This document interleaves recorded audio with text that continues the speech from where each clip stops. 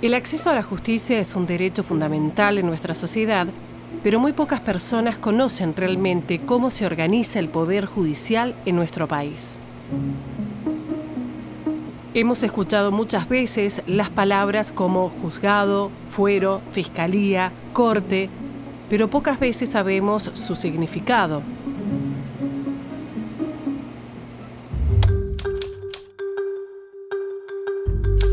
Voy a hablar con Fernando Pérez Lasala, decano de la Facultad de Derecho de la Universidad Nacional de Cuyo, para conocer más sobre el Poder Judicial.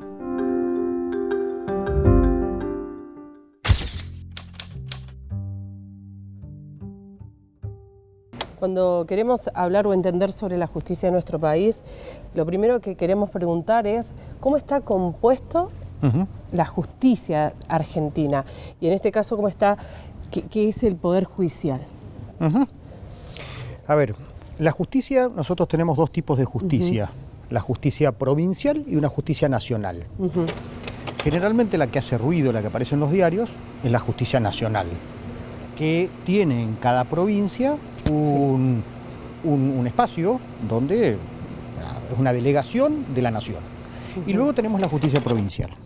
La justicia provincial tiene distintos fueros, el fuero de familia, el fuero civil, el fuero laboral, el fuero comercial, y ahí es donde se desarrolla. A su vez, dentro del fuero civil hay juzgados de familia, hay juzgados de paz, hay juzgados que están en las distintas jurisdicciones, en los distintos departamentos, porque la idea es llegar a que toda la gente tenga acceso a la justicia. Y justamente según estos juzgados, lo que realmente se juzga en este país, ¿qué es lo que se juzga a nivel derecho? A ver, se juzga todo. Cuando dos personas quieren pararse en el mismo lugar y alguien tiene que venir a decir ¿quién, me paro yo o te parás vos acá? Esto es el tema. Entonces, sí, se juzga absolutamente todo, en estos fueros se juzga absolutamente todo. Problemas laborales, problemas civiles, problemas de familia, problemas penales, todo se juzga en la Argentina. Estos son los fueros del que te estaba hablando. ¿Y todos tenemos acceso al pleno derecho de la justicia? Se intenta. Yo creo que la justicia, por lo menos la que yo conozco, que es la justicia provincial, hace grandes esfuerzos porque esto llegue a toda la comunidad. ¿Por qué se intenta? ¿Qué pasa? Y te digo, la gente que vive en la montaña o gente que no tiene acceso por una cuestión de falta de recursos, no solo económicos, estoy hablando también recursos intelectuales, muchas veces no tiene acceso a la justicia. Y esto es lo triste. Entonces, ¿qué es lo que hace el Poder Judicial? Intenta llegar de alguna manera con centros de acceso a justicia para gente que no tiene recursos, pero no es fácil. A ver, un señor que vive en la montaña ¿y cómo hace para bajar a un Poder Judicial, a un juzgado? Le cuesta muchísimo. Bueno, pero esta deuda que por ahí hay que extenderse a ese sector, porque no creo que ellos se puedan o tengan todos los medios, como usted dijo. ¿Es un faltante del Estado argentino o del Poder Judicial ahí? Que puedan acceder a aquellos que no saben o no pueden. Creo que es el Estado. El Estado es quien tiene que habilitar centros para que la gente tenga acceso a la justicia, no es la justicia. No obstante esto, también hay una corresponsabilidad. Necesariamente tiene que la justicia de algún modo llegar. Ejemplo, y yo sé que en un lugar determinado no hay posibilidades de que la gente baje, tiene que uno ir con un vehículo o algo para decir, por lo menos vamos a asesorar a esta gente, a ver qué problemas tiene. Y qué es lo que muchas veces nosotros hacemos, salimos al campo con una camioneta del Poder Judicial o algunas veces nuestros mismos estudiantes, con profesores y vamos a esos lugares si la gente necesita asesoramiento, se lo damos. Eso no es acceso a justicia. Acceso a justicia es, yo le digo, mire, usted tiene que hacer esto o tiene que hacer esto otro, pero después la persona tiene que ir al Poder Judicial a hacerlo. Ese es el problema. Entonces yo puedo ir a decirle, mire, ¿cuál es su problema? Su problema es, usted tiene un problema sucesorio, usted tiene un problema porque tiene denuncia, usted tiene un problema... Pero hasta ahí nada más. Nosotros asesoramos, pero el acceso a la justicia es otra cosa. Es ir al Poder Judicial, donde están los edificios del Poder Judicial, a plantear su problema. Para todos igual. Para todos igual. Para todos igual. Entonces el tema en el fondo, el acceso a justicia es uno de los grandes temas. Y yo creo que de alguna manera en la provincia se preocupa de esto, pero por supuesto esto es un camino que no va a tener fin. Es un camino que hay que recorrer y que lleva mucho tiempo. ¿Qué simbólica es la imagen de la justicia, ¿no? La mujer con los ojos tapados, con la balanza, ¿sí? En una de sus manos. Este simbolismo que tiene esa imagen de justicia que es universal, Sí. ¿Es realmente completa, es justa? No. No. A ver, yo creo en la ¿Cree justicia. que se le ha bajado un poco la venda? No. Yo creo en la justicia que debería ser una justicia ciega, con los ojos tapados. ¿Eso qué significa? ¿Igualdad o equidad? Igualdad. Pero no todos. Pero yo creo que la justicia no debería ser en todos los casos así. Porque no es lo mismo aquella persona que tiene acceso a la justicia, tiene medios, tiene la posibilidad de un abogado, tiene la posibilidad cultural para acceder a la justicia que aquel que no lo tiene. Entonces yo creo que la justicia debe también de alguna manera equiparar estas diferencias que existen entre. Entonces creo que no debería ser tan ciega, sino ser justo en la medida y en la situación de cada uno. No es lo mismo. ¿Y la balanza? La balanza sí, yo creo que justo sí, sin perjuicio que, vuelvo a repetir, la gente con acceso a la justicia, porque tiene buenos profesionales, tiene más posibilidades que el fiel de la balanza vaya a favor de su lado y no al otro. Y la gente que no tiene recursos muchas veces no es así, pero sí, en ese caso sí debería ser ciega la justicia, más aún en materia penal. En las otras son las que yo digo, y quizás no sea tan justo en el mundo del derecho de familia, en el mundo laboral, sino que hay que mirar cada caso en particular.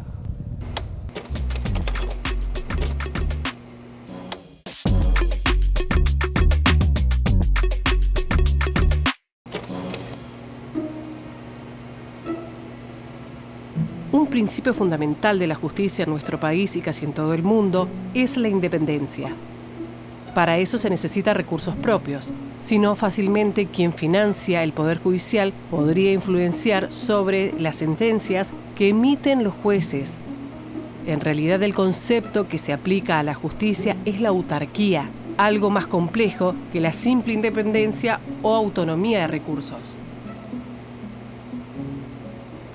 Siempre pensamos en la justicia y escuchamos la palabra autarquía, autonomía e independencia. ¿Qué significa esto?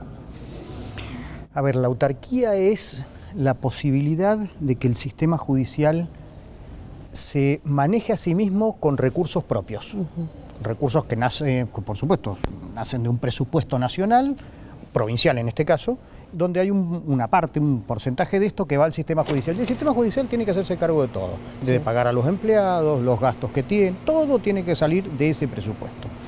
Hoy el presupuesto provincial no llega al 4%, y entiendo que la gran discusión es, si nos dieran más, ¿aceptaríamos esta autarquía, nos haríamos cargo, o es más cómodo que el Poder Ejecutivo pague a los empleados como empleados provinciales, y entonces ellos son los que tienen que poner el dinero y nosotros simplemente lo que nos hacemos, nuestra función va a ser la de administrar justicia? Claro. Este es un gran tema, ¿no?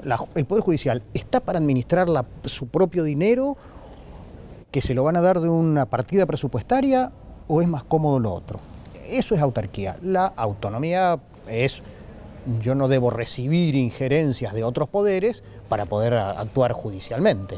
Esta es la diferencia. La autarquía es un problema económico, la autonomía es, no debería recibir presiones de otros poderes para dictar una sentencia de una manera o de otra. Sin embargo, están estos, no sé si hilos de presión o qué, pero por ejemplo, hay una relación con los otros poderes, lo cual parece ser que no es del todo independiente la justicia. Digo, en la práctica, tal vez en la teoría debe ser así, pero en la práctica es lo que se ve. ¿Por qué? ¿Qué es lo que pasa? Y esto, digo, cuando hablamos de de la cabeza de la justicia hacia arriba hacia abajo, quién da los pliegos a la justicia para que se conformen la Suprema Corte de Justicia o la Corte Suprema a nivel nacional, el tema de cómo se integran las cámaras, esta carrera que hay dentro. Parece ser más política que justicia, ¿o no? A ver, sí, vos sabés que en parte sí, tengo que reconocértelo. No es lo mismo el acceso a la justicia, hablo a título particular, esto es absolutamente opinable, el modo de ingresar a la justicia a través de concursos. Sí. Así se hace, se es juez de primera instancia, camarista y demás. La Corte no, la Corte es política. En la Corte concretamente es ininteligible que, salvo en la Corte provincial que tenemos una mujer, que la Corte nacional no hay mujer. Un problema de género que para mí hay que solucionarlo. Pero bueno. Y el tema del acceso a la justicia es otro de los grandes temas. ¿Cómo? A través del Consejo de la Magistratura, que es en quien toma los exámenes y demás. No es lo mismo lo que está pasando hace unos años con la reforma de la normativa, las leyes que regulan cómo debe accederse a la justicia a través de estos concursos, que la que existía antes. A mí personalmente yo prefería toda la vida lo que estaba ocurriendo antes, porque los jurados eran personas idóneas y capacitadas en lo que se estaba concursando. Un juez civil tenía sus pares evaluadores, eran profesores, normalmente profesores universitarios, de esa materia. Pasaba lo mismo en el fuero penal, en el fuero laboral. Entonces a nosotros anualmente nos pedían, escúcheme, mándeme 2 profesores para el fuero laboral, para el fuero civil, para el fuero de familia, y nosotros mandábamos a los postulantes que iban a tomar los exámenes. El problema es que antes los exámenes tenían una puntuación. Claro. Entonces yo evaluaba como docente al juez postulante de 1 a 5 puntos. Hoy eso ya no existe. Entonces, que es con un criterio, así ¿aprobado o desaprobado? Una ponderación. Aprobado o desaprobado, nada más. Entonces no es lo mismo aquel que para mí sacaba 1 punto que aquel que sacaba 5. Entonces, claro que es totalmente diferente. Luego de los exámenes, venía una parte que es ya antecedentes, política, evaluación, antecedentes del postulante y demás, que eran otros 5 puntos. Pero es muy difícil, o era muy difícil, cuando uno tenía 4 puntos, que le fuera tan mal que uno que tenía 1 punto le ganara. Claro. Hoy están todos en igualdad de condiciones, aprueban o no aprueban. Y esto es un problema. Por eso es que hoy me cuesta conseguir docentes que quieran ir al Consejo de la Magistratura a evaluar a los postulantes como jueces por este tema. Porque dicen, ¿para qué voy a ir si yo lo único que puedo hacer es sirve o no sirve? Y dentro del sirve hay una escala.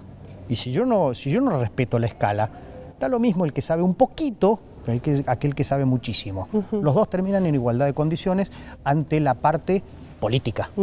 Y digo, esto que usted me acaba de explicar, y tomando un poquito lo de la autarquía que tiene que ver con una cuestión presupuestaria, ¿no?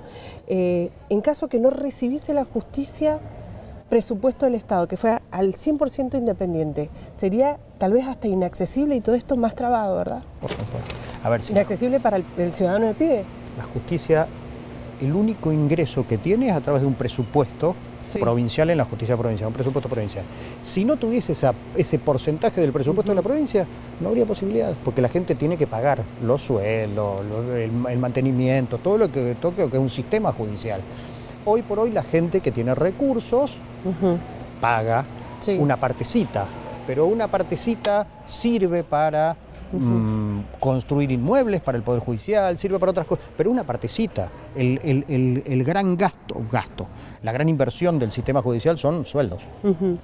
Y esto tiene que ver un poco con estas consecuencias que se perciben a nivel social, y esto es, si uno sale a la calle, y tal vez le ha pasado, pregunta, ¿qué es lo que crees o lo que cambiarías al sistema judicial? Y una persona a pie dice, el tema de los tiempos de la justicia, que muchas veces parecen en un carril totalmente diferente de lo que el ciudadano necesita.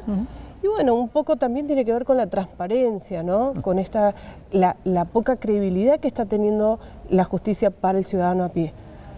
¿Tiene que ver esto o de dónde se construye esta sensación? Bueno, no... sensación, se vive, ¿no? Los tiempos de la justicia. El tiempo de la justicia es algo que sí, evidentemente hay que solucionarlo. Yo creo que la justicia provincial hace un gran esfuerzo por esto. Los plazos de los juicios, que antes eran un promedio de 2 años y medio, hoy por hoy son de 8 meses, entre 6 y 8 meses, es mucho más corto. Entonces, en cuanto a los tiempos, lo comparto. Según los casos también, y los fueros, claro. Y otra cosa es el tema del fuero. ¿Qué es lo que nos pasa a nosotros? A nosotros nos llegan los artículos periodísticos, la televisión, y en este mundo, en este sistema judicial, y sí, lo que es noticia es el penal, el mundo del derecho penal, la corrupción, y esto generalmente está dentro del fuero federal, no del fuero provincial. Yo, sin perjuicio de casos particulares, pero creo en el fuero civil. Yo sé lo que trabajan los jueces de familia, estuve algún tiempo trabajando en el sistema judicial, sé lo que se trabaja. Entonces, termina todo el sistema metido dentro, el sistema judicial no sirve. A ver, cuando uno va y busca un abogado y hace un juicio, lo normal es que quien tiene razón lo gane y quien no la tiene pierda. Y esto sí se consiguen en tiempos, es cierto. Hay algunos sistemas que están colapsados. El sistema de familia está colapsado porque es un sistema, va de la mano el sistema de familia, la cantidad de causas que tienen en relación a la situación económica de un país. Entonces, hoy llega mucha más gente y cree más la gente en el sistema judicial que en los organismos sociales. Entonces va a decir, mire, quiero la cuota alimentaria de mi hijo, no va, mire, yo no tengo dinero para... No va a los organismos sociales, no va al Poder Ejecutivo a pedirle plata porque no tiene, va al Poder Judicial. El Poder Judicial no tiene fondos para eso, pero bueno, y esto es, cada vez hay más casos en el sistema judicial porque cada vez hay más pobreza en la Argentina y en Mendoza. Entonces esta es una relación directa. Entonces me dice, y tarda la justicia de familia. Y sí, ¿cómo no va a tardar si entran por día 100 causas? ¿Cómo hago para resolver 100 causas? No tengo estructura.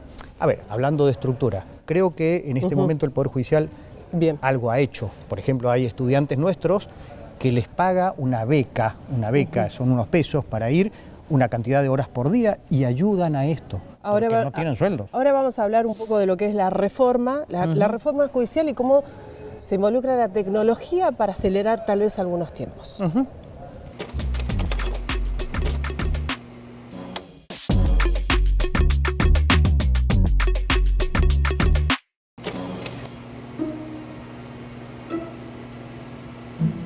Las personas cambian, la sociedad se reformula, pero ¿la justicia evoluciona al mismo ritmo de los cambios sociales?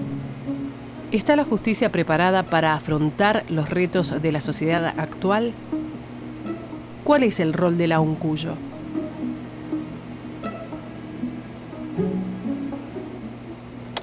Las reformas en el Poder Judicial creo que son ejes importantes y constantes y sonantes porque calculo que se van adecuando también porque la vida cotidiana, el ser humano va evolucionando, ¿no?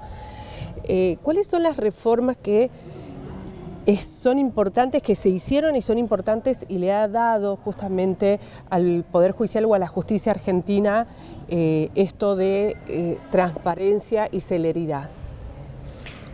Creo que hay dos maneras de lograr esto. Uno es a través de una ley o es a través de la conciencia de la gente que luego se traduce en una ley. En el caso concreto de Mendoza, Mendoza modificó todos los códigos procesales. Esto significa que la gente ya tiene una modalidad diferente de acceso a justicia. El procedimiento es distinto, es más moderno, es una cosa mucho más actualizada. Teníamos códigos procesales viejos, sin perjuicio, que no eran malos, eran buenos, pero esto se fue actualizando en todos los ámbitos, en materia laboral, en materia de derecho administrativo, en materia de derecho de familia, en materia civil, en todo se han modificado los códigos, están bastante actualizados. Actualizados, modernizados. Modernizados. ¿Y en relación a la tecnología? Tenemos creo que todavía hay alguna deuda en materia tecnológica, sin perjuicio que hoy por hoy todos los expedientes se llevan de manera virtual, no hay papel dentro del sistema judicial, pero a los profesionales abogados les cuesta mucho porque el sistema, creo, que podría ser mejor. Hoy por hoy un abogado que quiera ver un expediente virtual no tiene la posibilidad de empezar por hoja 1, hoja 2, hoja 3, así, sino que tiene que ir a cada resolución que se armó, que el juzgado dijo, la tiene que buscar una por una. No hay un expediente correlativo como es un libro, o como Claro. uno lo tenía con un papel. Eso no está. Creo que esto es una falencia de un sistema tecnológico nada más. Pero Que como se soporta con lo presupuestario, Sí, ¿no? por supuesto. Obviamente. Y en Creería que y en sí. materia de reforma que le falte, ¿qué es lo que se está esperando Ujú. y que haya esta combinación o de lo nacional a lo provincial? Creo que una de las cosas que más se está esperando, que creo que va a colaborar muchísimo con el sistema judicial, es la puesta en funcionamiento de lo que se denomina es las OCC. Son organismos de derecho civil, acuerdos, o sea, la posibilidad de hacer mediaciones en materia civil. Hubieron mediaciones, se hace un proceso en materia de familia, se hace en materia laboral y falta el del civil. En el del civil ya han hasta concursado los posibles negociadores o mediadores, pero todavía no se pone en funcionamiento. Me imagino que en un par de meses, 2, 3 meses más, esto va a ponerse, ya va a entrar a caminar, pero esto es muy bueno.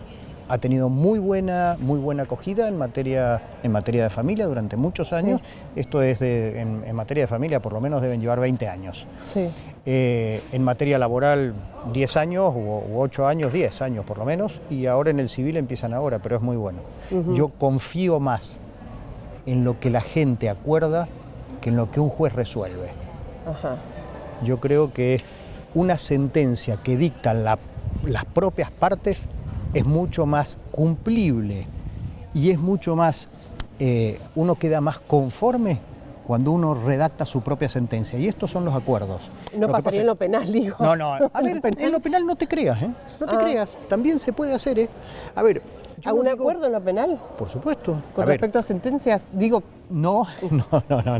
Yo No es me en la quedo pensando, sentencia. claro. No es en la sentencia. o en el proceso. La pena debería seguir existiendo, pero debe existir una posibilidad, hay que por supuesto evaluar los casos y demás, donde la víctima y el victimario, uno se pueda poner en el lugar del otro para entender qué sintió esa víctima cuando ese delincuente hizo algo y a su vez esa víctima, qué le pasaba a ese delincuente cuando pasó. Sin perjuicio de la pena. La pena Sí. se la aplicamos igual, se la aplicamos igual. Sí. Pero alguien tiene que tomar conciencia de que no es, en el mundo penal, si por mí fuera, los mataría a todos. Tendría que haber pena de muerte. Quizás uno cuando escucha el mundo, la vida, qué es lo que le pasó a esta persona, quizás no piensa de la misma manera. Por eso Qué interesante, digo, ese pensamiento cuando estaba hoy en los medios de comunicación, la baja imputabilidad de los menores. Sí. Es muy interesante eso, ¿no? La posibilidad de esta reflexión respecto al victimario y, ojo, sin cambiar la pena, como usted No, dice. sin cambiar la pena es otra cosa. A ver, sí. te interrumpo un segundo. No es lo mismo un delincuente o una persona cuando es adolescente y comete por primera vez un delito donde uno lo toma el sistema para trabajar esto, Sí. que una persona que ya lleva 5 delitos. A ver, hay que hacer foco en el primer delito. Ahí es donde tiene que trabajar el Estado. ¿Para qué? Para que no... Por supuesto, también hay que trabajar con la familia, porque seguramente Sí, sabe sí. la familia, cuando vuelve otra vez, es un Seguro. problema. Estos Pero- debates se trasladan acá a la facultad, a los programas, a la planificación de los estudiantes de Derecho. ¿Qué es lo que se espera del chico que ingresa y que quiere ser abogado? ¿Qué se espera? A ver, siempre hemos tenido la idea, el concepto de que el estudiante, de que el abogado es el que más discute. Eso lo teníamos en nuestra concepción familiar. Sí. Vos vas a ser abogado seguro porque sos un discutidor. Sí. Nosotros hace unos años le hemos cambiado esta visión al graduado de la Facultad de Derecho y entonces buscamos sí abogados litigantes, porque es un porcentaje muy grande, pero también abogados mediadores y abogados investigadores, que no hay. En el mundo es necesario que se haga investigación aplicada en el mundo de la abogacía, cosa que antes no había, y hoy nuestros estudiantes tienen materias propias de la investigación, metodología de la investigación y demás, y los acompañamos para que sepan investigar.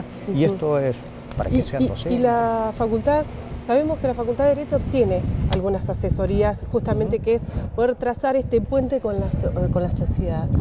¿En qué está hoy por hoy la facultad en relación a esto? Bueno, o en las investigaciones que acaba de decirme. Bien. La facultad tiene un centro que es de asesoría jurídica gratuita. Nosotros acá viene cualquier persona de la comunidad, pide un turno y se lo atiende y se le da asesoramiento jurídico gratuito. Al margen de eso, también tenemos un centro de mediación donde se colabora con el Poder Judicial en causas que pueden ser mediables, nos las derivan y nosotros hacemos mediaciones, porque los estudiantes hacen mediación, estudian mediación. Entonces, también hacemos mediaciones y también hacemos mediaciones para la comunidad. Estos son algunos de los temas que nosotros concretamente trabajamos con la comunidad. Y la investigación, intentamos en muchos casos hacer investigación aplicada. ¿Qué está pasando con el tema de violencia familiar?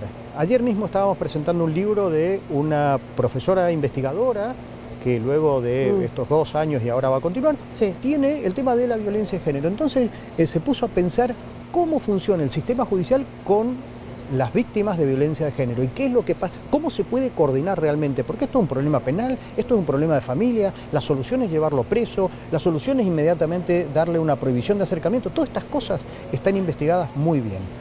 Hemos investigado con cooperativas, vitivinícolas, entonces todos los problemas jurídicos que tienen las cooperativas, y bueno, eso es un aporte a la comunidad. Doctor, muchas gracias por su tiempo. Por favor, ha sido un Tenemos gusto. Mucho para seguir hablando, seguro, en materia de derechos, ¿sí? Pero cuando quieran, para mí va a ser un gusto. Un programa aparte va a ser ¿por qué derecho romano es tan difícil para los estudiantes? Porque se creen que tienen que estudiar latín y no es así. Ah, bueno. Muchas gracias. No, pero esa es la base del derecho. Es eso. Un gusto muy grande. Igualmente. Adiós. Hasta luego.